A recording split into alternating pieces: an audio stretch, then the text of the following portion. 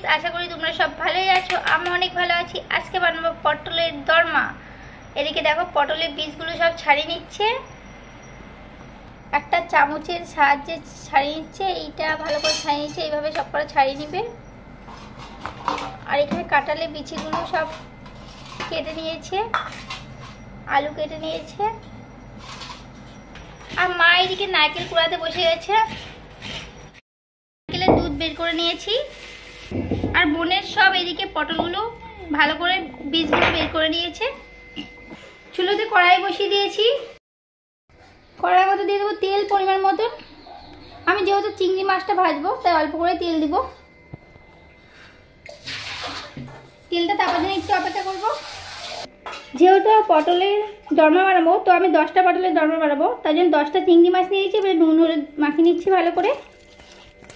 আর তোমরা যদি পারো বেশি করে পটল নিয়েও করতে পারো, চিংড়ি একটা করে দিবে। আমি বলে দিলাম এই রান্নাটা। তেলটা তেপে গেছে, এবার মাছগুলো ভেজে দেবো। চিংড়ি মাছটা 10টা চিংড়ি ভালো করে ভেজে নেব।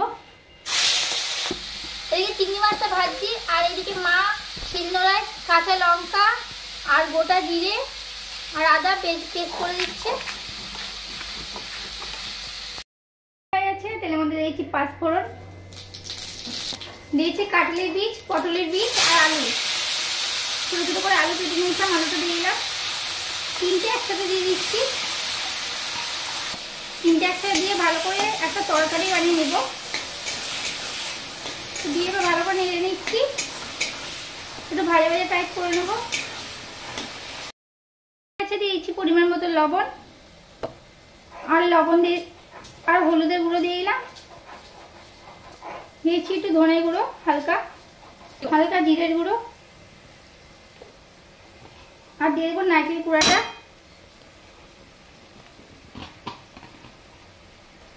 ভালো করে কষিয়ে নেব।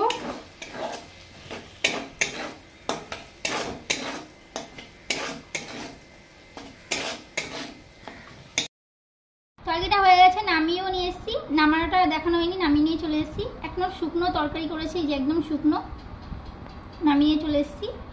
একটা খালি পটল নিয়ে নিয়েছি, এবার পুরগুলো ভরা নেব।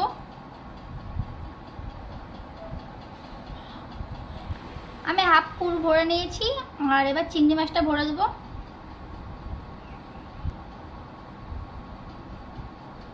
চিংড়ি মাছটা ভরে দিয়েছি, আবার পুর ভরে নেব।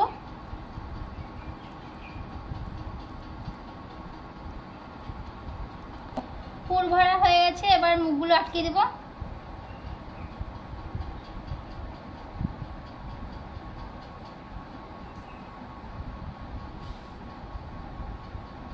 এই যে মুখগুলো ভালো করে আটকে দিয়েছি দুদিকে। এইভাবে সব পটলগুলোকে বানিয়ে নেব। এইভাবে সব পটলগুলোকে বানিয়ে নেব পুর ভরে। পুর ভরা হয়ে গেছে ভালো করে। এইভাবে পুর ভরে নিয়েছি সব পটলগুলো, আর মুখও আটকে দিয়েছি ভালো করে। চুলোতে কড়াই বসিয়েছি, দিয়েছি পরিমাণ মতন তেল। তেলটা তেপে গেছে, এর মধ্যে দিয়েছি শুকনো লঙ্কা, তেজপাতা আর গোটা জিরে ফোড়ন দিয়ে দিলাম। ফোড়ন দেওয়া হয়ে গেছে, এবার পুর দিয়া পটলগুলো দিয়ে দেবো। পুর দিয়া পটলগুলো দেওয়া হয়ে গেছে, এবার ভালো করে লাল করে ভেজে নেব।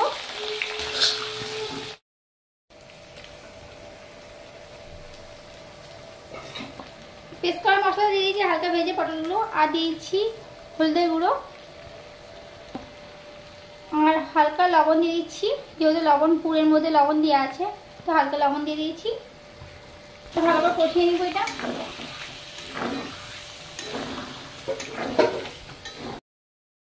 কষিয়ে নিয়েছি ভালো করে, এবার দিয়েছি নারকেলের দুধটা।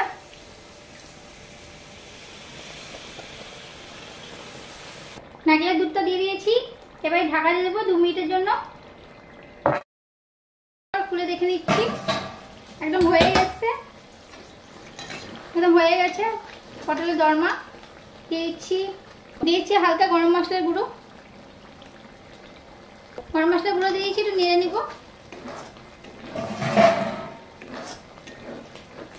আর দিয়েছি চিনি নামানোর আগে, হালকা চিনি দিলাম। চিনি দিলে স্বাদ হয় আর তরকারিটা খুব সুন্দর হয়।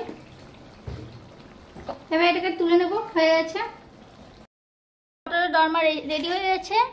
ভিডিওটা আমি এখানে শেষ করছি। পরবর্তী ভিডিওটা দেখা হচ্ছে। অবশ্যই এটা ট্রাই করো বাড়িতে। আর খুব সুন্দর লাগবে এইভাবে করলে। ভিডিওটা আমি এখানে শেষ করছি, পরবর্তী ভিডিওতে দেখা হচ্ছে। বাই বাই, ততক্ষণ ভালো থেকো, সুস্থ থেকো।